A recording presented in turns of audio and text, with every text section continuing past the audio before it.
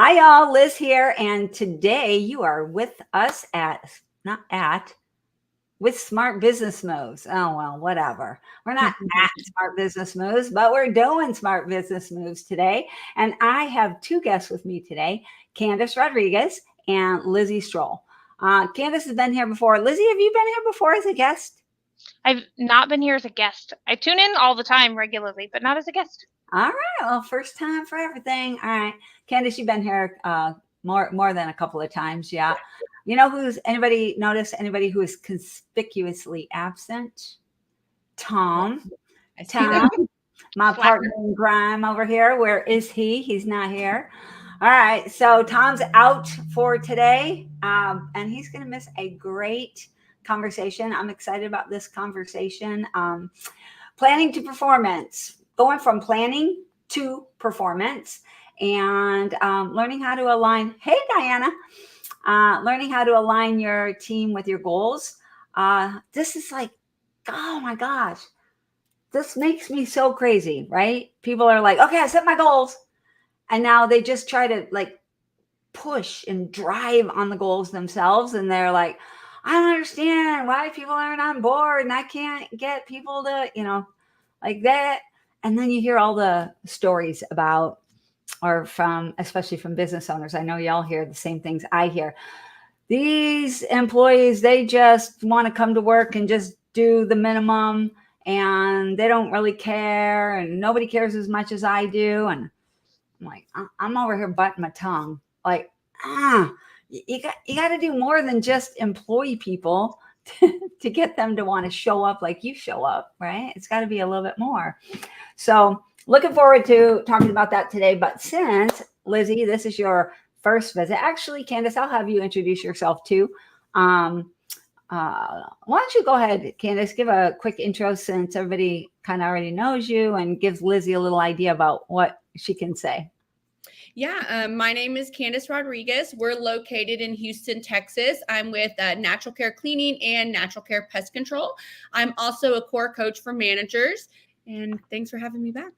Yay. And that's actually, I'm super glad that you could be here today, Candice. I was like, no, I'm so nervous if she can't be here. We need you to talk about the manager, the view from the manager's position, right? We don't get that a lot.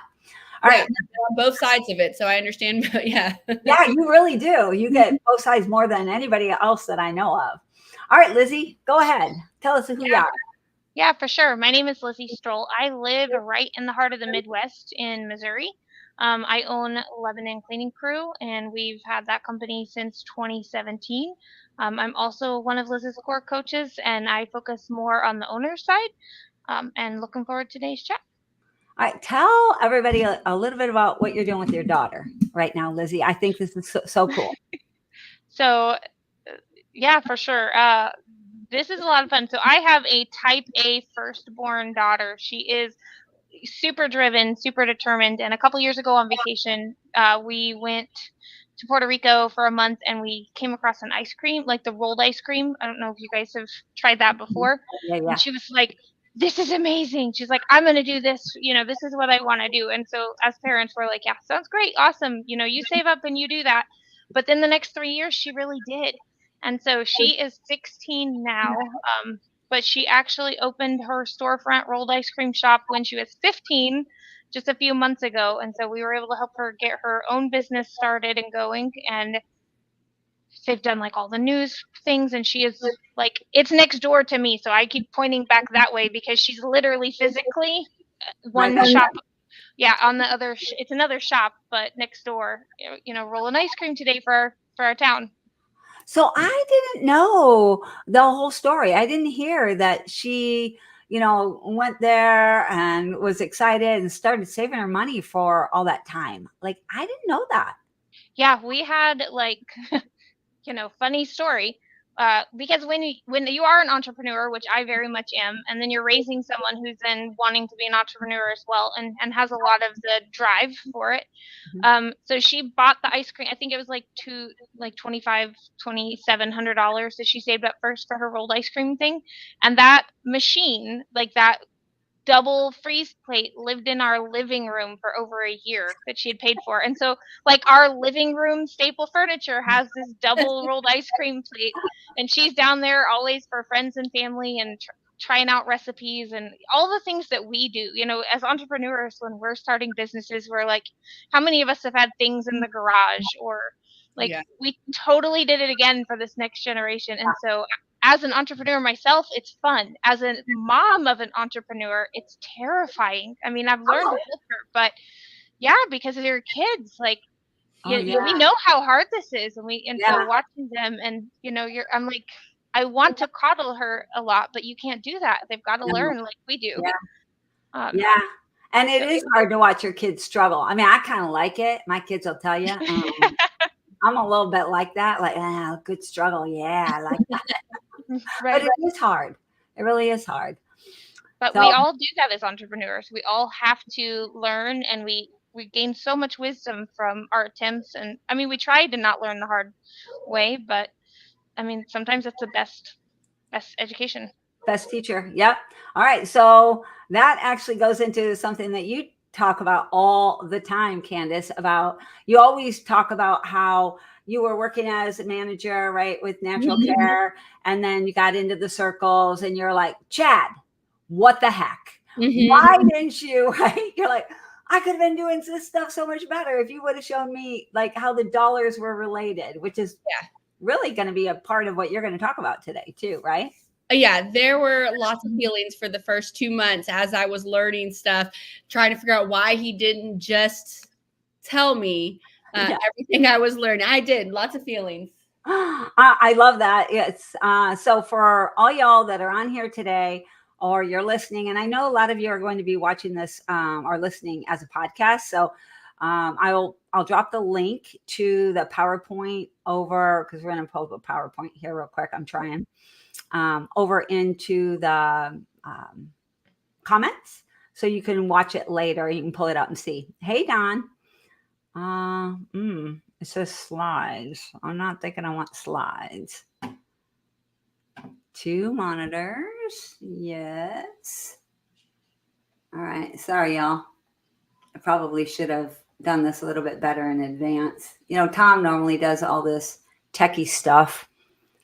Although I'm saying that, and the last couple of times, he has not been able to do the techie stuff. He's been struggling, and I've had to do it. So we'll see. Let's see. Smart See, you business. learned through that. You'll have the best education that way. Right, that's right. All right, there we are. Good. Okay. So, y'all, if you have any questions, and you will have some questions. Oh, hey, Denise. You probably will have some questions. Feel free to talk to us about it. You have to chat in chat, but we'll do our best to respond. Y'all, can y'all see the chat too over on the right, Lizzie and Candice? If you go all the way over, there's a comments button. You got to find it, and then you'll be able to see, and you'll be able to make comments too. Oh, now I see how you know who's in here. Yeah. Hi, everybody. Yeah. I couldn't see you all. Yeah, and not everybody will come on and say hi. A lot of people don't say hi, but we like to chat with the people who do. All right. So, what were you saying? I said, well, say hi, everyone.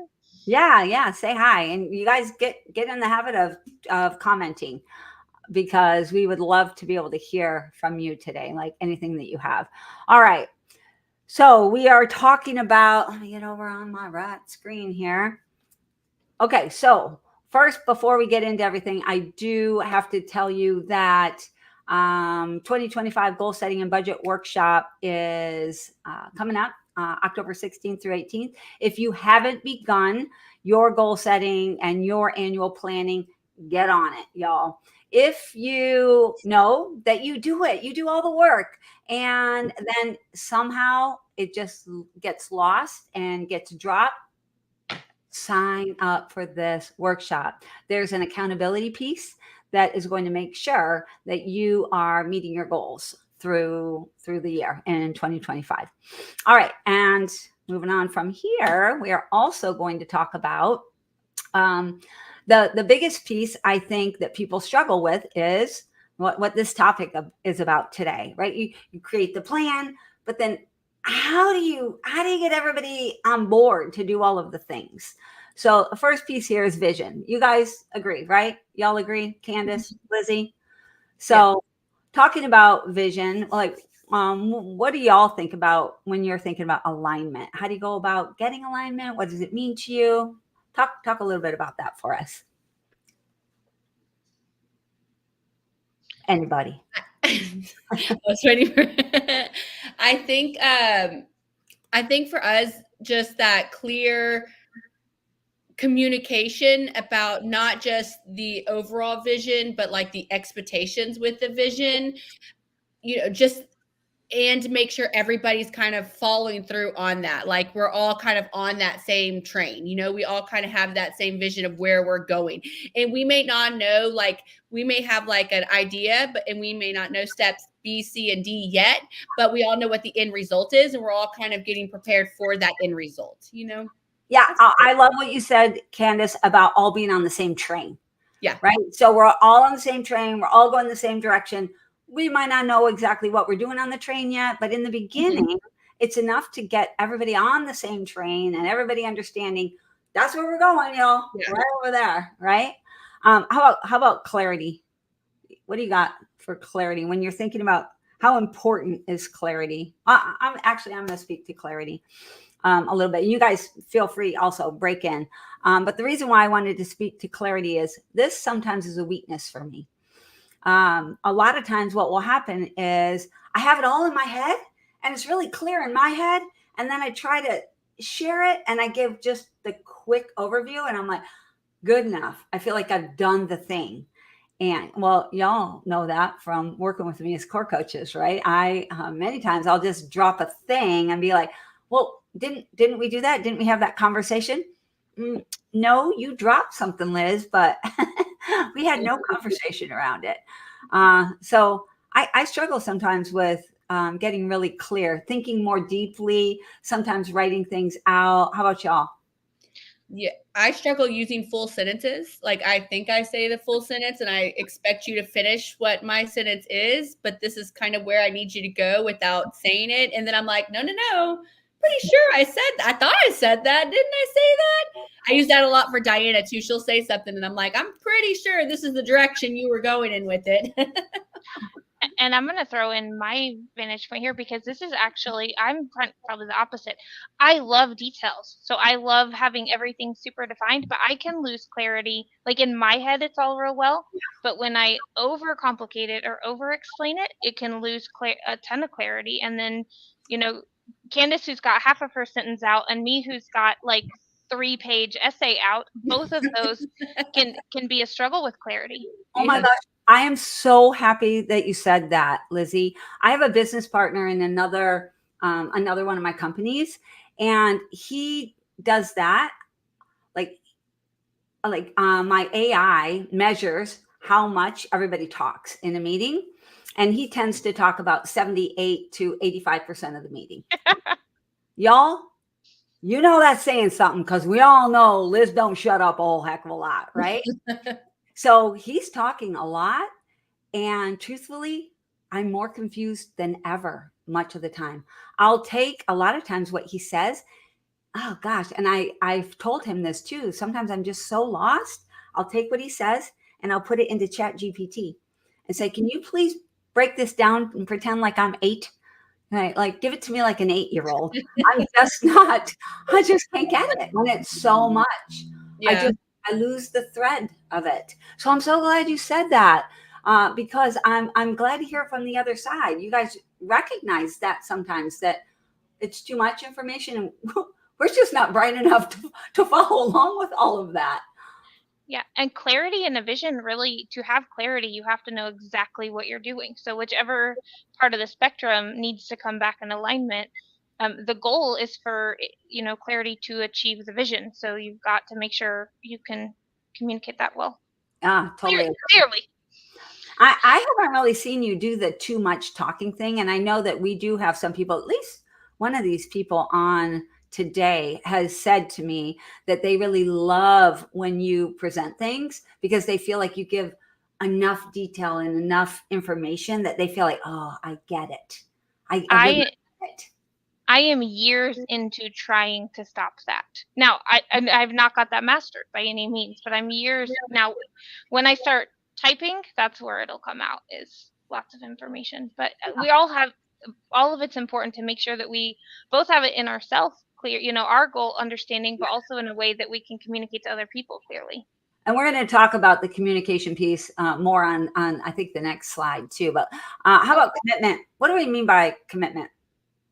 Anybody? How about y'all over there in the, I don't know where y'all are. Where are you? You're in the comment room.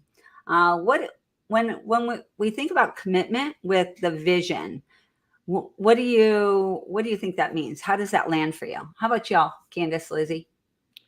I think about when I think about that, I think about the employees that are going to grow with your employees versus the employees are just there as a stepping stone. There are some employees that I know want natural care to succeed. They want us to grow versus I know that sometimes the people who are just there to be there because it's just another job. So I think commitment is the people who are on your side with the growth. Yeah. You know what? I didn't even think of that. This is why I'm glad that you could make it here today, Candice, because I didn't even think of that side of it. How I was thinking of this is that we really need ourselves to be committed to the vision in a bigger, better way, and not just be like, okay, this is what we're going to do. And just probably because I know this is my weakness, right? That I just throw it out there. Okay, y'all, we're going to go with this. This is our goal. All right. Bam. Right. So there's got to be more commitment and more depth. That's how I look at it. Hey, Meg, good to see you here, Meg. How about you, Lizzie? Anything different on commitment? Yeah, when I think of commitment, specifically when it is tied to a vision of something, I'm always thinking about the principle versus the law. Like, this is our goal. Our goal is, figuring out, which we're going to go into, I know more into, but being able to adapt, to know exactly what the goal is well enough to be able to commit to it and to be able to adapt to still achieve the vision and not necessarily the checklist. Ooh, that's good too. I like the adapting piece. People forget the adapting piece, and that's so critical, so important. I don't even think we put a ton of that into the slide. So I'm so glad that you brought that up. So such a big piece. Especially in vision. Sorry. Yeah, no. Yeah, go. Say it again. Especially when it comes to the vision. Like when you're coming to the big picture vision, I think being able to achieve that, and you're going to have to adapt sometimes. Maybe not on the small task items that we're assigning, but as an owner or a lead manager, having that big vision is important. And you're right that we have to have it. And the tendency is to think, okay, now that I've got it, this is what I'm doing. How many times have we've seen this with people, and they're like, I'm not getting anywhere. I'm like, change what you're doing, change your direction, change your vision. Your vision is too narrow. It's too, right. There's something funky there. We gotta get that piece straightened out just a little bit.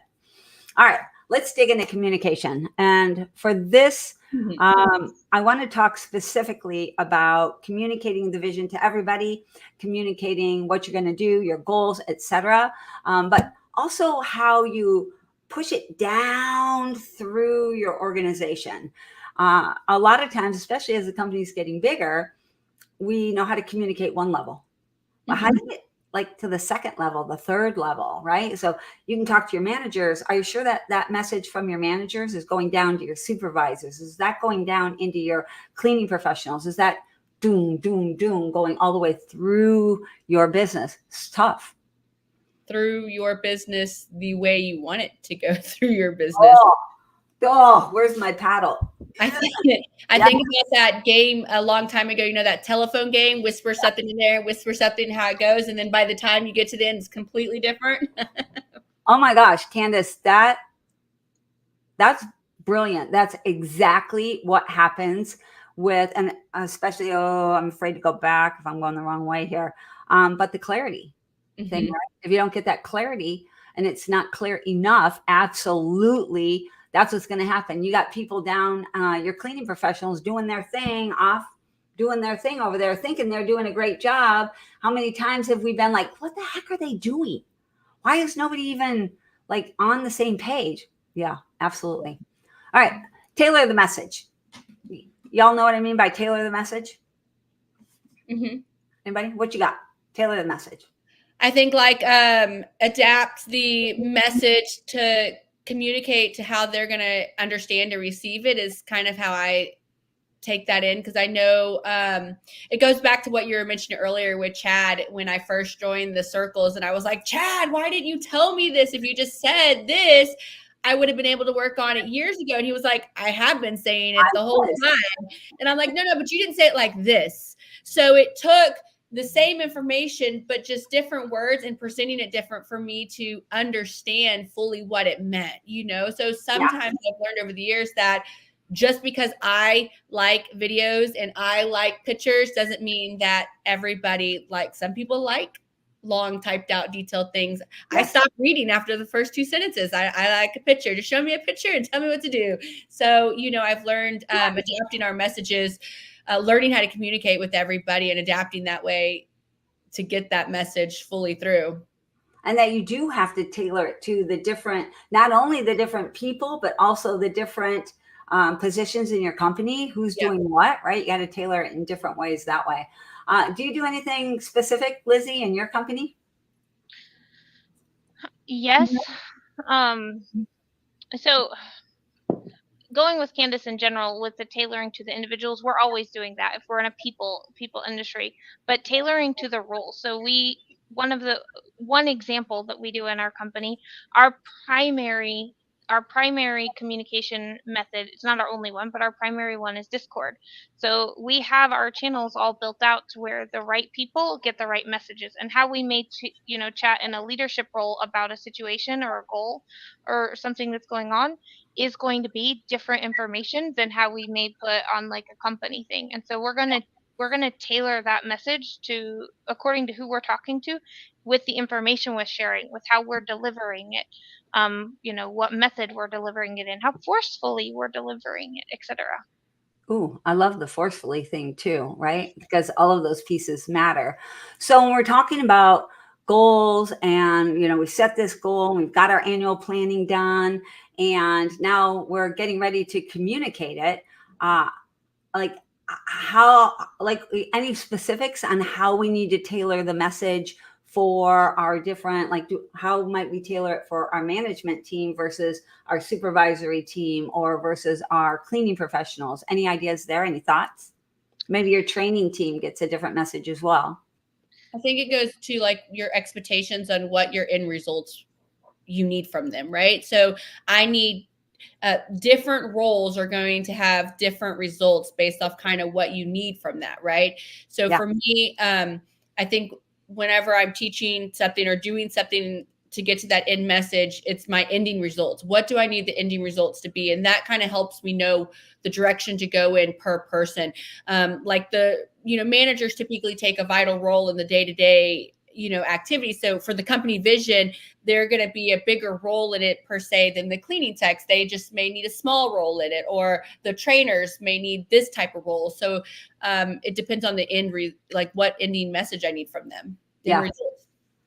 I do think that last, let me say real quick, Lizzie, I do think that having to keep course correcting, keep bringing us back to don't forget what the ultimate goal is, because it's really easy to get off track and it just goes away. You actually lose any momentum that you had. Go ahead, Lizzie. And I think when you're looking at the different levels within your organization, so for example, last month we were really working on customer service, elevating up our customer service. So our leadership team, when we're communicating them, we're tailoring the message we're asking a lot of questions. Like they know what our goal is. So we're trying to get feedback. We're doing a lot of, letting them use their brain and asking a lot of questions. How are we doing here? How are they doing? How do you feel this is going? But then when it goes down to the tech, we're still using those questions because it helps, but we're doing a lot more cheerleading, a lot more, showing examples of, hey, this was a great personalized note, good job, or so we're doing a lot different methods of communication between motivating our leaders to motivate our team, and then cheerleading our team as they're doing it, and using questions still, but probably definitely a lot less than our leadership team. And I think you have to oh, sorry, go ahead. No, go ahead, Candice. I think with that, also in the different levels, I love new ideas, and I love changes and processes, and I love growing and see the benefits of it. But I think for somebody like in an office role or somebody that's doing the day-to-day stuff, new ideas can often be overwhelming. You know, if you give a task or a new idea or new vision you want to add on, it can be overwhelming, because then you see how much additional work you're adding onto the plate. Like, I'm already over, working all the stuff, overboard, this, then here's another project. So the way you present it and how you get that message out kind of determines how they take it in, where if they feel like they can adapt to it versus suddenly I feel overwhelmed. I know when I have bigger projects, I have to communicate a little bit different to make it seem not such a big deal. Here's the little step we're going to go into. I think that this is a place where stories comes in really handy, because the story engages our people a little bit better, and they feel more like they want to do the thing, right? So it's to your point. I know you're going to talk a lot more about this, Candice, but to your point, it can feel overwhelming. Feels overwhelming because most of us already are giving our managers so much to do. So I know in our manager circle, I don't have any managers that say I'm not overwhelmed. Right, Candice? We have any managers that say they're not overwhelmed? Oh, Diana. Maybe Diana. Yeah, I think Diana doesn't really say she's overwhelmed, does she? But that's just changed within the past year and a half. If you remember when she joined the circle, she was, but she learned to time block and delegate and fix her schedule. So that's a new feeling for her. She had to learn to do that.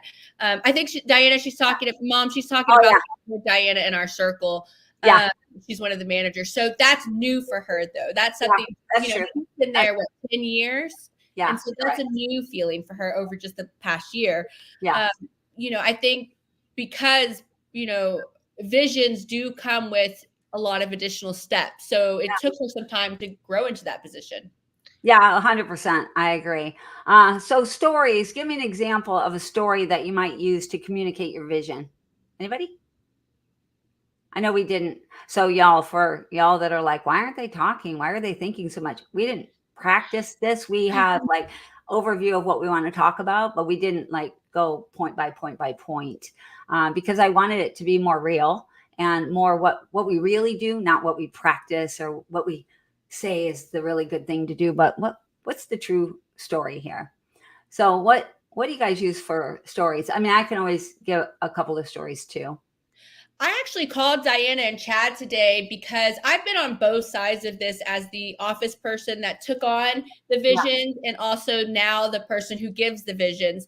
So I called just to kind of see in my past position what I could have done differently to make it. And one thing is we did talk about communication was a big one, just understanding. But we started, our biggest thing that we ever did was our videos, taking all of our training and doing it into videos.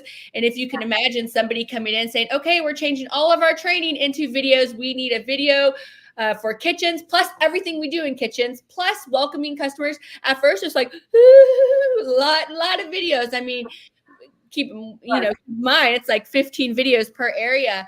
But it ended up being a very successful project we did, and it was how we did that project compared to other projects I could think about that took longer. It's a lot of chaotic and stuff like that. So I think that, really just going in and doing that vision and that over communication and breaking down the vision has really helped us over the years figure out how to successfully do it. I mean, we did the videos, we figured it out. It took us some time to game plan, and then we just started going down the list, and it made it a lot less stressful. Well, Candice, I know that you also talk in stories regularly. It's one of your normal modes of communication.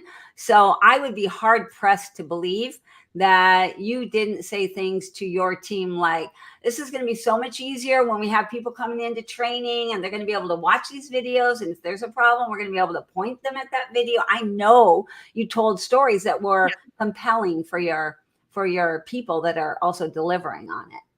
Yeah, you definitely do have to present your side of it to convince them to know what you're putting in and why the benefits. You do have to sell the benefits of it. For us, I know as somebody that's been in the office and outside, if you don't sell the if you don't sell they don't believe the vision, it's just overwhelming. They're not going to be on board. You do have to sell it to them.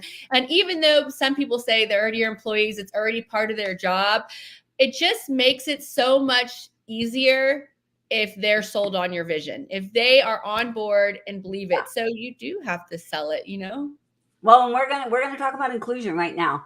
So everything that we're talking about is what do you have to do on your side, right? You have to do all of this stuff. You have to be thinking of all of these things. But to the maybe not the ultimate, but maybe the penultimate idea of inclusion, right? Because you got to get all your people on board, all on the same train, right? All on board the same train, all going in the same direction. And it is really easy to feel like you've gotten everybody on the same train, going in the same direction, if you have a conversation with just the people in your office, right? And so you think, okay, we're good. Now everybody's on board. But really, you've just got like maybe 3 or 4 people on board. You don't have everybody on board. The largest portion of your business and the people that are actually working in your business are out there in the field. So if you want everybody moving in the same direction and not fighting you and slowing everything down, then you got to be focused in on inclusion and getting everybody wanting to work. And again, that big want word, right? You got to get them to want to move forward. So inclusion, and what we mean by inclusion is including them in a lot of the process. And we'll talk about how to include them in different parts of the process, but these are some of the benefits. So creates buy-in. Anybody got an example of how including somebody in the process created buy-in? You can go as simple. I mean, how many times have we done vacuums? We switched vacuums like 6 months ago. And so getting your team on board and having them, hey, what things are you finding in the field that are awesome? And then we put a couple out on our team and then asking for their feedback regularly. That could have been an executive decision. And ultimately it is. But how much better was it to see the vision and the purpose and then to get the buy-in and the feedback from the team? Yeah. And I can tell you our team loves their vacuums that we switched to, and I don't think they're that much more special than the last ones particularly. They just have more buy-in because they're involved. Well, we had somebody on Smart Business Moves a while back. I don't know, it's been a while now, maybe a couple of years, and told the story about how she was so excited. She found these brand new vacuums and she bought everyone in the whole company, large company. I think at that time she had over 40 people, and they were every single person got a brand new vacuum. And I don't remember how much time went by, but maybe 3 months. And she had to trash all those vacuums and give everybody back their old vacuums that they had before.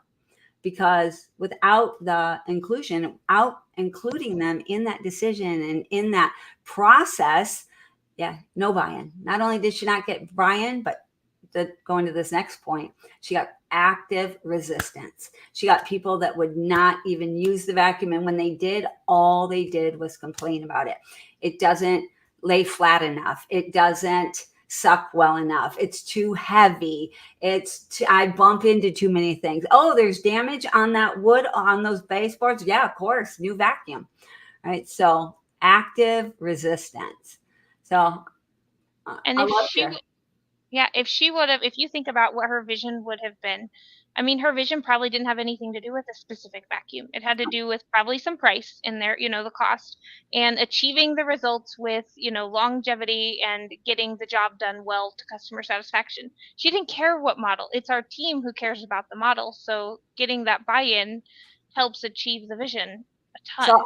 I have to tell you, this is even more sad when I tell you this part of it. Her whole reason for doing this was because she wanted to reward her people with really nice vacuums. She wanted to give everybody brand new, really nice vacuums. They had these just chintzy, cheapy vacuums that they'd always had that she buys wherever, and they were like $100 vacuums. I'm making that up, so don't quote me on that, y'all. But cheapy little vacuums, but they love those vacuums. So the whole reason she did it was for them. And it just backfired in a really big way. It's awful. So again, that inclusion piece. All right, talk about deeper understanding. What do we mean there? I think for me, when I hear deeper understanding, I know for me, when I'm giving, a lot of times when I'm giving direction, I like to include the why portion of it. I noticed over the years, sometimes, and Diana and Chad have gotten so good at this too, is when they're giving me a direction, sometimes just to know the why aspect of it, to fully understand why I'm making this change or why I'm adding extra time and extra work into my day, things like that, helps me kind of fully understand the vision and what's going on with it, right? So just that overall communication of this is what we're doing, this is the steps we're going to be taking, and this is why we're doing it, and this is what the changes will make, really help me fully know the vision, fully understand it. And it brings in a lot more of that want, doesn't it? When I know why, it's like, okay, now I kind of feel like I want to do it. I'd like to do my part. What else? You got another perspective on deepening understanding, Lizzie? Or deeper understanding? I'm honestly right with Candice. I think that why is so important for everybody in every level. I'm 100% there. Well, I'm going to say one more thing. I'm going to use deeper understanding, and I'm going to connect it to untapped resource.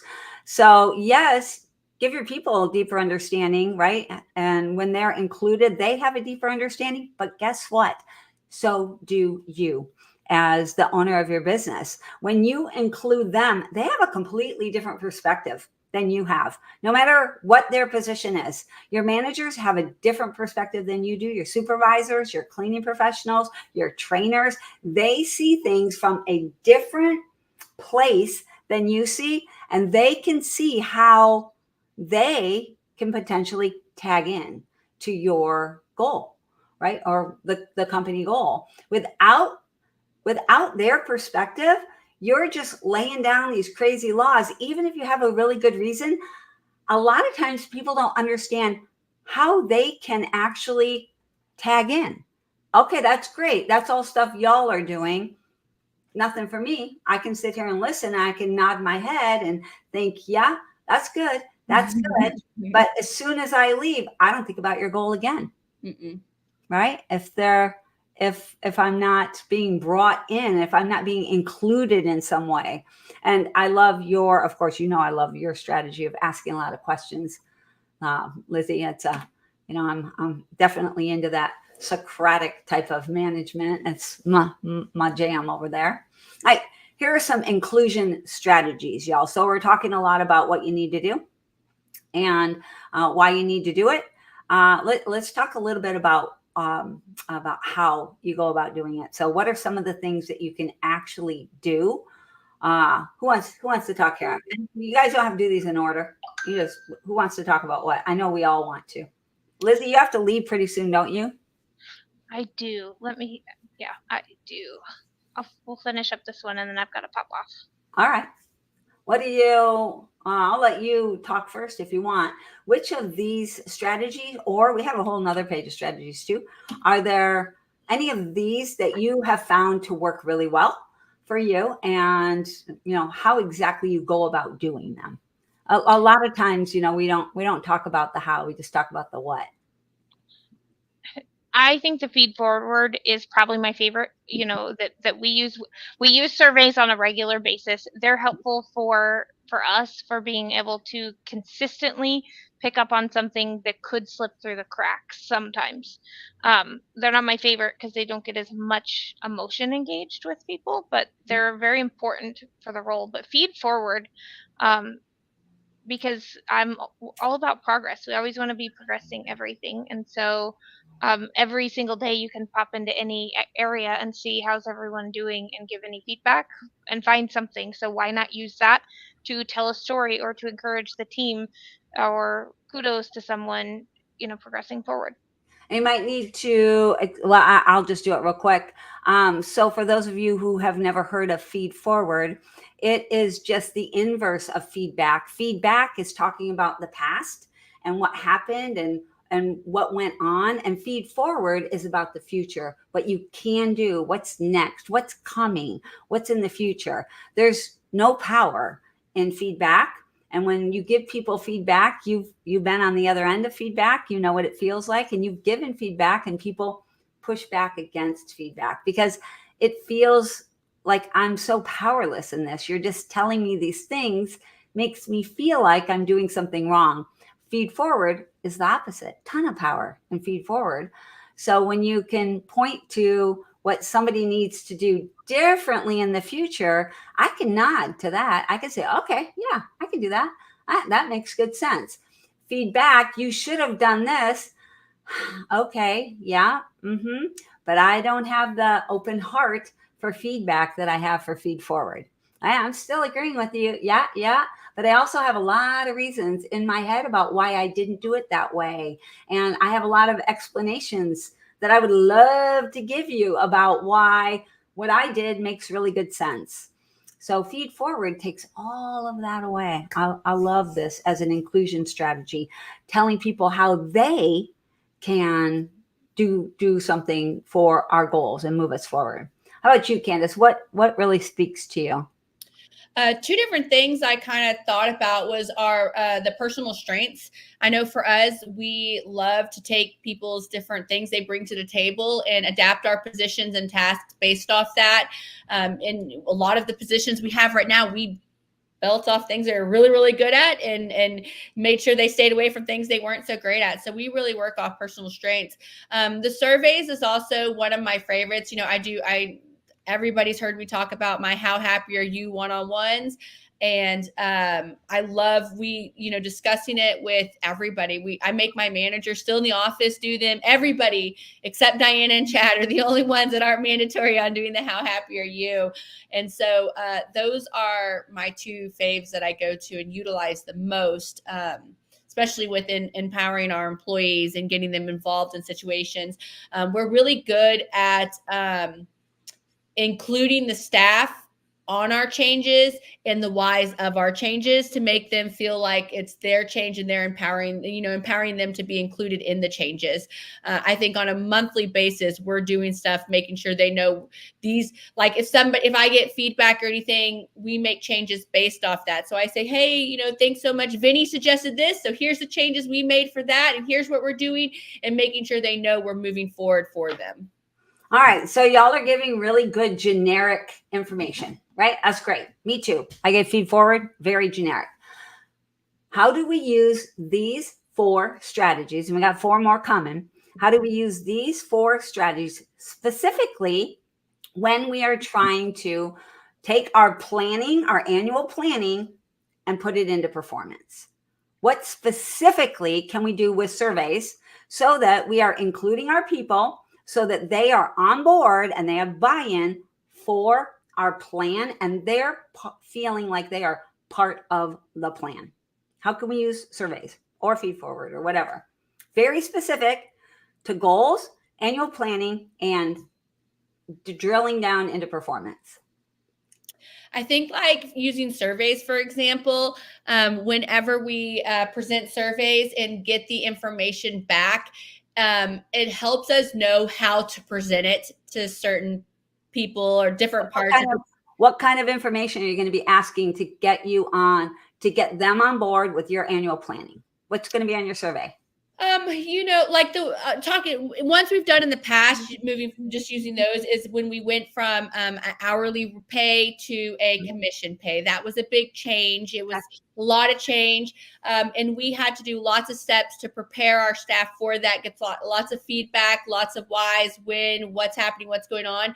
So I think that was the biggest one we did a couple years ago that involved lots of including all of these staff on it, and everybody knew the what's, the where's, the why's, and it really helps knowing what their needs were and hearing from them, getting their surveys back, getting their feedback, how to move forward. Without that, then we would be moving. We may sometimes move in one direction based off kind of what we think is the correct direction versus how they're envisioning, what they're seeing, what their feedback is. And it helps you change your words to know what you need to say in a sentence versus what, like same thing like how Chad was telling me one thing that's been the same and you changed different words. And I was like, well, duh, there it is. It helps know which are the correct words to use and which not, Well, also, I really did want to talk to that real quick before I nail you to the wall on survey. So get ready. I'm going to ask you the question again right now, but then I'm going to let you think about it because then I'm going to talk for a second and then you're going to answer. What specific questions might you put on a survey? Give me 1, 2, 3 questions on a survey that would inform or get people included and make them feel the buy-in for your goal. All right, don't answer. I want to talk about what you said with, we brought it up about Chad a couple of times, right? Where you were like, hey, why didn't you just tell me this thing, right? I want to point out that this happens to all of us. This is not that much of the time. It's not that that person didn't say it right or that they didn't say it correctly. How many of y'all have been in this situation with your husband, your wife, your kids, and your kids like, oh, I can't wait to tell you, Mom, what my teacher told me today. What are you talking about? I've been telling you that for 7 straight years. But a lot of times we have to hear it from that new person, right? This other perspective, because we kind of almost block things that we hear from the same person in the same way. So part of this, all right, Candice, you got me some questions here. What are some questions that you'd put on the survey? This is a how we do it, what we do. Oh, Lizzie had to leave. She's like, oh man, Liz is nailing us to the wall. I'm out of here, right? And I was about to text my mom and be like, Mom, give me a question real quick. I just pulled up and I was like, Mom, are you there? All right. Well, I got some. You can think of something for the other ones, like personal strengths, maybe that one, or rotate. You probably don't have anything for rotating leadership roles, but we rotate leaderships, but it's going to be our trainers versus we rotate our trainer position. But that's a great one, Candice. So why might you rotate leadership roles to get people included more deeply in the execution of your annual plan? So we rotate because sometimes a position can be overwhelming, and sometimes our positions are impacted by what's going on in our life, right? So things happen and sometimes you're more involved. Some days you need mental breaks and stuff. So for example, our training position, we rotate it from a trainer to a lead, and we call it, you have the ability to step up and then step down based off kind of how your performance is, right? That way we're not overwhelming them, right? So we're not taking this position away from you long term. You can get it back when you're ready, but some days you just need to step down and take a break. So I think sometimes I know I'm more available for natural care than sometimes I'm not, right? So it helps with that position when we can say I'm fully 100% available versus I'm only 60% in it right now. 40% of my brain is here. And so that's why we started that rotating position there for the trainers, because we don't want them to be overwhelmed and feel like they were obligated when they're mentally not going to give you that mindset that you need. All right, I'm going to take us on another little path here since Lizzie's not here, right? I'm going to talk to you as a manager, and I'm going to ask you questions as a manager. Why would this be important to you? So I'm gonna, in this example, we're gonna do it as an example thing. I totally wanted to jump in there. Diana's like, jump in. Go ahead, Diana, type it out. You can. All right. Text me a question, Diana. All right. So, for example, Candice, let's say that I have, and part of our annual planning is one of the things that we want to do is we want to increase our, let's just say our productivity on our teams, right? We want to increase the productivity. On a survey, I might say to you, right, to all of the people that are going out, you, the supervisors, et cetera, I might ask you some questions like, how much do you, or how well do you think you meet productivity standards currently on a scale of 1 to 5? I might then ask you another question that says something like, do you think everybody in the company works as hard at trying to meet productivity standards as you do? I might ask another question that says something along the lines of, do you have any specific ideas that we could do to increase productivity? Right. So these are like 3 examples of a survey that I might give to you as somebody that's working for the company that is going to include you in the idea for our goal. Though with those 3 questions, would you agree with me that just answering those 3 questions is going to make you feel more like you're part of the goal? Yes. Okay. I do. And tell me why. I can't remember that second question you asked because my brain started thinking, but 2 of the questions I do remember. And the reason why I do is because we currently do ask those questions on our survey about productivity. Because it helps me whenever I'm asking those questions. No, wait, hold on. Right now, I want you to answer only from the manager's position of why it would make a manager feel. So what I'm hoping to get is, we have a lot of owners on here that are like, yeah, I know, I need to do that thing. But I want them to understand from the manager's position why that really works. Like if you are as a manager or a supervisor or a cleaning professional and you're asked this question, why does it make you feel like, and again, we're going to that feeling thing. Why does it make you feel like you're more involved? It does though, right? Yeah, because they want to know how it's impacting me, what it's doing to impact me. It's about me giving you feedback on how it's impacting and what I'm doing about it, what I can't do about it. So it's including, it's not just about them and how they feel about productivity. They're wondering how it's personally impacting me. And kind of getting you on board with the idea that productivity is important also, right? If we're doing a whole survey on it, it's like, okay, this is obviously something that the company cares about. Would you agree with me that your managers, and you work with the managers all day long, that when they are talked to by the owners about the things that are important to the company, that the managers jump on board and want to do more of that stuff? I think it could be, if you're phrasing it in the way you did earlier, yes, I think they would be more interested in being involved because you're asking for their side of it as well. So you're including their feelings on it. So they're going to be more inclined to buy in because you're, once they're bought in, it's their vision as well. You're empowering them. But I think that if you don't do it in that direction, it could just be about them hearing you again, more vision, more work. Yeah. And that was, more work to them could trigger that more stuff to do. I got to slam it in before I leave. I got to hurry up. When it's about them and putting them into it, it becomes their vision, right? Then it's part of them. Part of their vision. They're part of the company. It's not, they don't just work for the company. This is my vision too. It's our vision, not your vision. All right. So feed forward is the same thing, y'all. Talking to your managers about what they can do instead of telling them about what you're going to do, et cetera.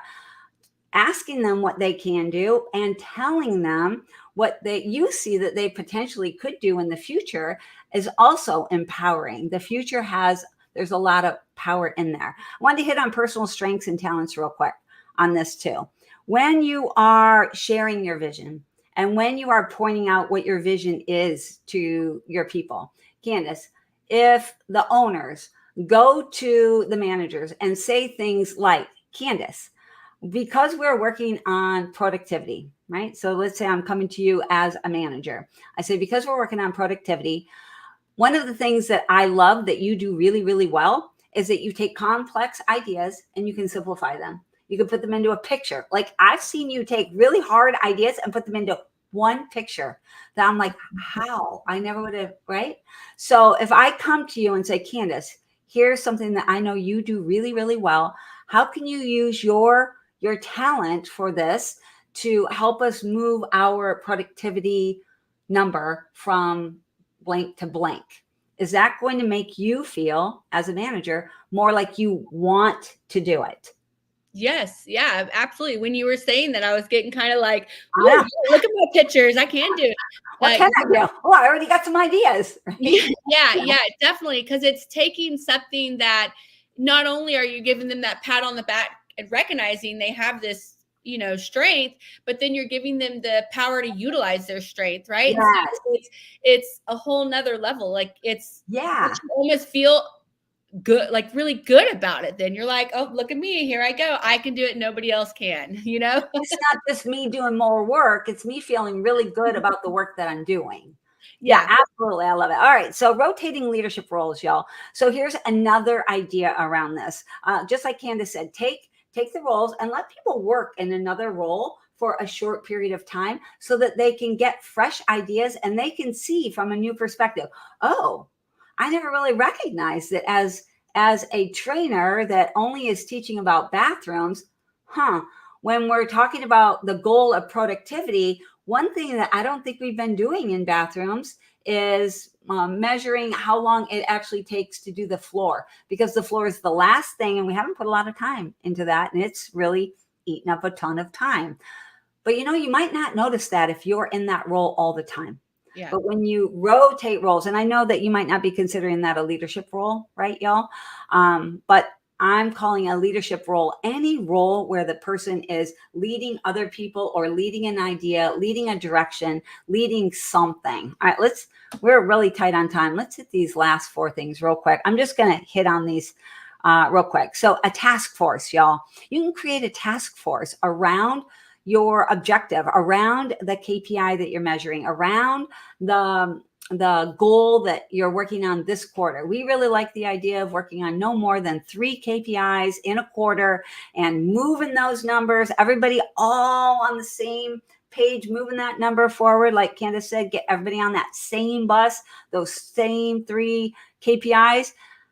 But how about if you created a task force, said, who wants to be on the task force? Who thinks they have something that they can contribute to productivity ideas? Who thinks they could do it? Let them create a task force. Let them move forward. All right, next one, job shadow. Similar to those rotating leadership roles, right? Sometimes it's super helpful to bring somebody in and let them see what another role is and be able to check out the position from someone else's point of view, and they can see other things that can happen. All right, make sure that you have metrics for your cleaning professionals. How much do we love metrics for our cleaning professionals, Candice, that are all in alignment, right? So helpful. And it's really easy to not do this, right? Some of these things are really easy to do, but they're even easier not to do. If the goal is to increase productivity, couldn't you just show everybody what their productivity is every single week? Couldn't you just have a whiteboard? It doesn't have to be something fancy. Could you put it just in your Slack channel or your Discord channel? Just put it in there, right? We talked about multiple ways of communication. You could do it by email. How do you do it in your company? You could do it. And the last one on here is the Reach for the Stars program. This is, if you want people to focus in on your goals, what if you focused in on their goals just a little bit? What if you started a Reach for the Stars program in your company where your people were working on their personal goals as well? Maybe you only put an hour a month into this, and maybe it's even a volunteer thing that they come and do. But you help people buy cars, buy houses, go back to school, get get the job of their dreams? Yeah. What if you brought people in to a program where they can work on getting the job of their dreams? Yeah, they're going to leave you. But guess what? They're leaving you anyway. They got a job of their dreams that's out there. Do you want to be holding people back from that? So it's just an idea on how to get people focused on the idea of goals and how important goals are and get them working toward them. Sometimes you got to work on theirs before they'll work on yours. All right. And real quick motivation here.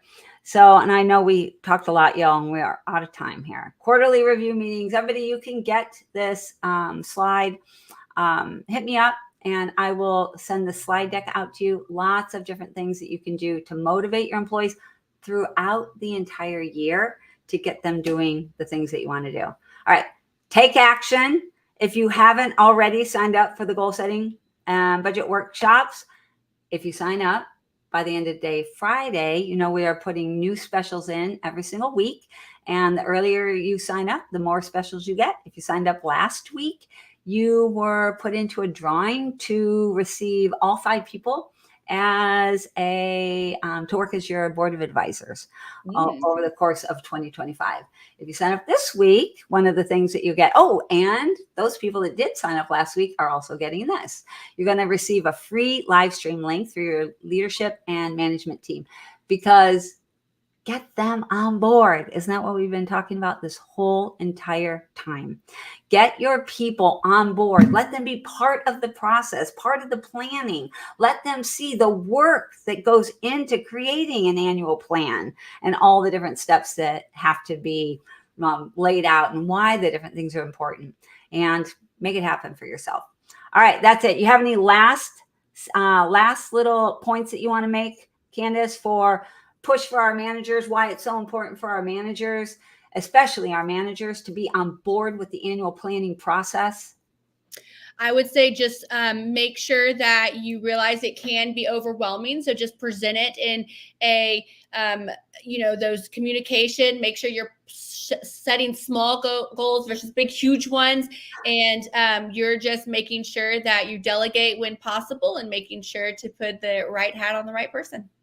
Love it. Great. Thank you so much, Candice. Thanks, everybody. And we'll see you next week on Smart Business Moves. Bye, y'all.